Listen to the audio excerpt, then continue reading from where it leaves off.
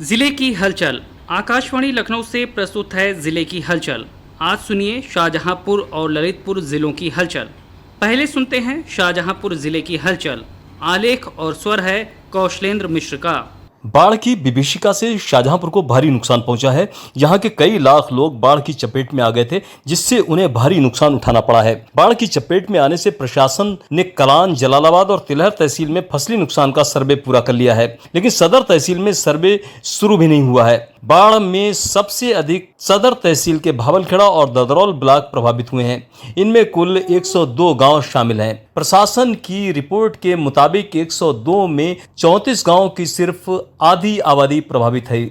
यहां कृषि भूमि पर असर नहीं पड़ा है।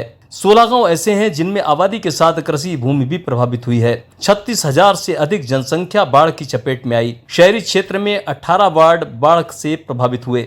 इन वार्डों में कुल 58,350 जनसंख्या बाढ़ की चपेट में आई। सबसे अधिक क्षति धान की फसल को हुई। प्रशासन ने भी मोटा आंकड़ा तैयार कर लिया है। सावन का माह भगवान भोलेनाथ की आराधना करने के लिए विशेष माना जाता है। इसी क्रम में सावन माह के सोमवार को शिवालय में भोले के भक्तों की भीड़ उमड़ पड़ी। टाउन हॉल स्थित बाबा विश्वनाथ मंदिर, बाबा बनखंडीनाथ मंदिर, मनोकर्ण मंदिर में सुबह से ही भोलेनाथ के भक्तों की लंबी लंबी कतारें लगनी शुरू हो गईं। हर वर्ष की भांति इस बार भी शिव भोले की बारात का आयोजन किया जा रहा है। जनपद और आसपास के जनपदों से आए लोग भोले की बारात में भाग लेते हैं। कई किलोमीटरों तक लंबी निकलने वाली इस बारात को लेकर प्रशासन ने तैयारियां शुरू कर दी हैं। साथ ही आयोजक मंडल ने भी तैयारी शुरू कर दी है।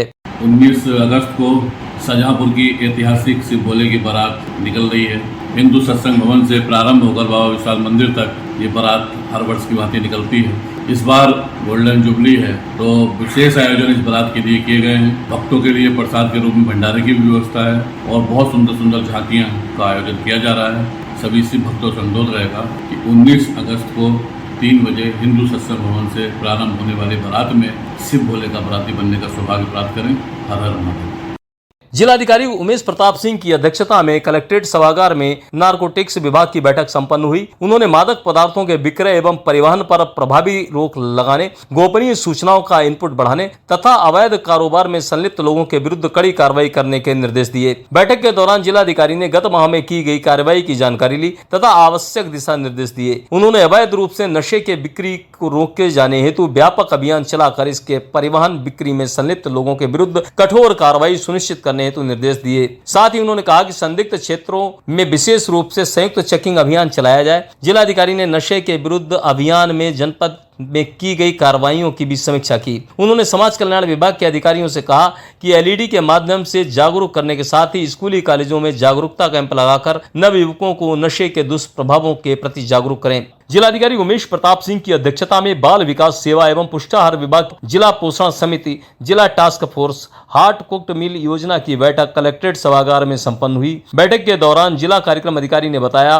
कि संभव अभियान 4 माह जून 2024 से सितंबर 2024 तक मनाया जा रहा है, जिसमें सैम बच्चों का चिन्हांकन, उपचार, संदर्भन एवं सामुदायिक स्तर पर उनके प्रबंधन के साथ साथ कुपोषण की रोकथाम हेतु सामुदायिक व्यवहार में परिवर्तन लाने का प्रयास किया जाना है। क्रिएटिव आर्ट ग्रुप की ओर से हर साल कराए जाने वाले शाहजहांपुर महोत्सव का आयोजन इस बार 29 अगस्त से 1 सितंबर तक किया जा रहा है।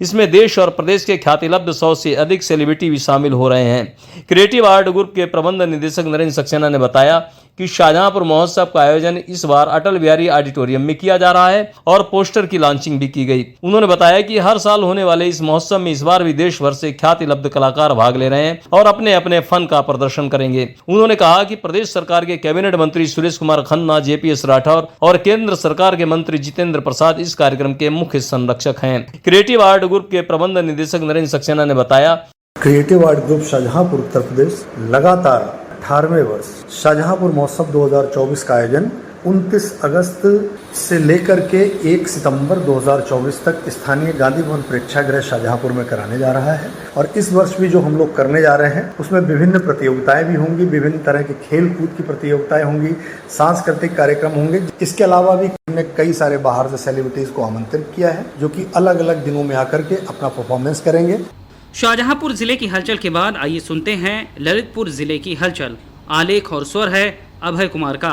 श्रावण मास को लेकर श्रद्धालुओं में उत्साह देखा जा रहा है। देवालयों और शिवालयों में श्रद्धालुओं की भारी भीड़ उमड़ रही है। मंदिरों में विशेष पूजन व धार्मिक अनुष्ठान जारी हैं। तहसील पाली के विंध्याचल पर्वत की श्रृंखला में भगवान शिव का चंदेलकालीन शिखर विहीन मंदिर है।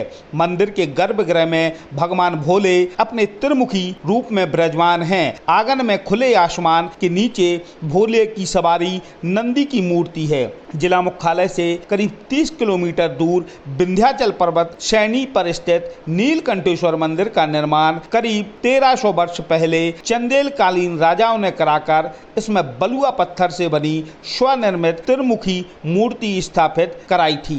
जनपद के अलावा पड़ोसी राज्य मध्य प्रदेश के जनपदों से भी श्रद्धालु भोलेनाथ के दर्शन और पूजन अर्चन के लिए आते हैं। सावन में दर्शन पूजन जलाभिषेक के लिए नीलकंठेश्वर मंदिर में शिव भक्तों की भारी भीड़ रहती है। ललितपुर में बेतवा नदी का जलस्तर बढ़ने से एक ही परिवार के 4 युवक टापू पर फंस गए थे। इन्हें एसडीआरएफ की मदद से रेस्क्यू कर सकुशल बाहर निकाल लिया गया। बताया गया है कि राजघाट बांध के 8 गेट खुलने से बेतवा नदी में अचानक जल स्तर बढ़ गया। मैनवारा गांव में बेतवा नदी के बीच बने टापू पर ग्राम पंचोरा निवासी कल्लू, रविंद्र, शिवपाल व ब्रजभान फंस गए। पुलिस को इसकी घटना की सूचना रात्रि 8 बजे मिली। पुलिस और प्रशासनिक अमला मौके पर पहुंचा, लेकिन नदी में पानी का जल स्तर अधिक होने के कारण रेस्क्यू करना संभव नहीं था। इसके बाद एसडीआरएफ की टीम को सूचना दी गई। यह टीम रात को ही लखनऊ से रवाना हुई। जिला प्रशासन ने आनन फानन में राजघाट बांध के गेट बंद कराए, लेकिन जल स्तर उतरने में 4 से 5 घंटे का समय व्यतीत हो गया। सुबह 7 बजे नदी के टापू में फंसे चारों युवकों को सकुशल बाहर निकाल लिया गया। सभी ने पुलिस और प्रशासन का धन्यवाद दिया। ललितपुर पुलिस ने एक ट्रक से बड़ी मात्रा में सार्वजनिक वितरण प्रणाली के तहत वितरित होने वाले चावल को बरामद किया। पुलिस के अनुसार चावल हरियाणा बिकने के लिए जा रहा था, लेकिन पुलिस ने उसे रास्ते में ही पकड़ लिया। इसमें यूपी और एमपी के एक संगठित गिरोह का भी पर्दाफाश हुआ है। पुलिस ने ट्रक के साथ 2 अभियुक्तों की गिरफ्तारी भी की है। बताया गया है कि करीब 4 दिन पूर्व पूर्ति निरीक्षक दीपक जैन की सूचना के आधार पर यातायात पुलिस द्वारा एक ट्रक को पकड़ा गया था।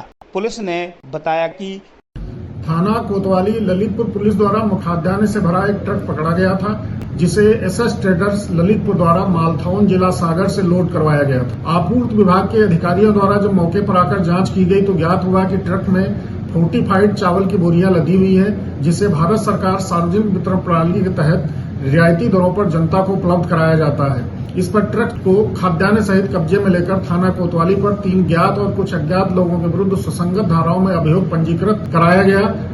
जिला जेल का जनपद न्यायाधीश आलोक कुमार पारासर, जिलाधिकारी अक्षय त्रिपाठी, पुलिस अधीक्षक मोहम्मद मुश्ताक, मुख्य न्यायिक मजिस्ट्रेट विभांशु सुधीर द्वारा कारागार का संयुक्त त्रैमासिक निरीक्षण किया गया। इस दौरान सभी बैरकों तथा अस्पताल, बैरक, वाल बैरक तथा पाकशाला तथा महिला बैरक का निरीक्षण किया गया। निरीक्षण के दौरान बंदियों की समस्याएं सुनी गई तथा उनके मुकदमों के निस्तारण के लिए आवश्यक निर्देश दिए गए। बंदियों का निःशुल्क अधिवक्ता उपलब्ध कराने तथा जमानत होने के उपरांत जमानतदार के लिए आवश्यक आदेश दिए गए। बंदियों के भोजन की जानकारी ली गई। बीमार बंदियों को आवश्यक सुविधाएं एवं उपचार दिए जाने के निर्देश दिए गए। निरीक्षण के दौरान कारागार में सभी स्थानों पर साफ सफाई की अच्छी व्यवस्था पाई गई। वन क्षेत्र में अवैध खनन के दौरान 20 मई को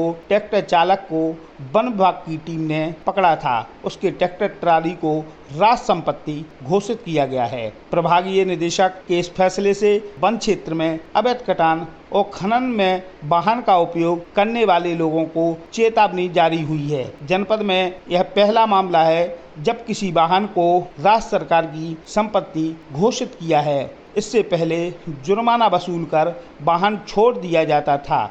ये था आकाशवाणी लखनऊ के क्षेत्रीय समाचार एकांश द्वारा प्रस्तुत जिले की हलचल का आज का अंक।